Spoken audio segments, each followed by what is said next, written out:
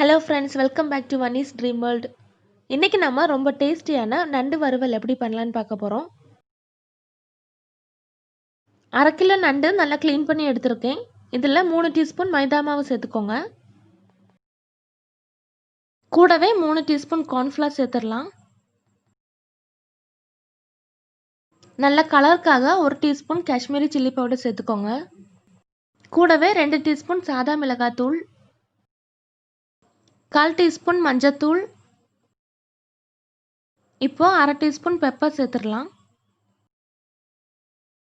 தேவையான அளவு உப்பு சேர்த்துக்கோங்க. 2 டீஸ்பூன் இஞ்சி பூண்டு பேஸ்ட்டையும் சேர்த்துடலாம். 2 டீஸ்பூன் சோயா சாஸ் சேர்த்துக்கோங்க. டார்க் சோயா சாஸாக இருந்தால் 1 டீஸ்பூன் சேர்த்தா போதும். இதெல்லாம் ஒன்று சேர்ற மாதிரி நல்லா கலந்து விட்டுடலாம். இப்போ இதில் கொஞ்சமாக தண்ணி சேர்த்து ஒரு பேஸ்ட் ஃபார்முக்கு கொண்டு வந்துருங்க. ஃபஸ்ட்டே நிறைய தண்ணி சேர்த்துட்டிங்கன்னா அப்புறம் நண்டில் மசாலா எதுவும் பிடிக்காது. அதனால் கொஞ்சம் கொஞ்சமாக தண்ணி சேர்த்துக்கோங்க. இப்போ இதை மூடி வச்சுருங்க. 1/2 மணி நேரம் கழித்து நம்ம ஃப்ரை பண்ணிடலாம். எண்ணெய் நல்லா சூடானதும் நம்ம ரெடி பண்ணி வச்சுக்கிற நண்டை ஒவ்வொன்றா உள்ளே சேர்த்துருங்க. இது நம்ம லோ ஃப்ளேமில் வச்சு தான் ஃப்ரை பண்ணணும். அப்போ தான் நம்ம நண்டு நல்லா வேகும்.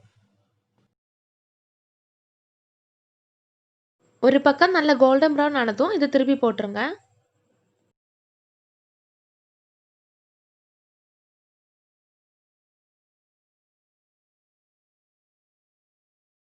இப்போ பாருங்கள், நம்ம நண்டு நல்லா ஃப்ரை ஆயிடுச்சு. இது ஒரு பிளேட்டில் மாற்றிடலாம்.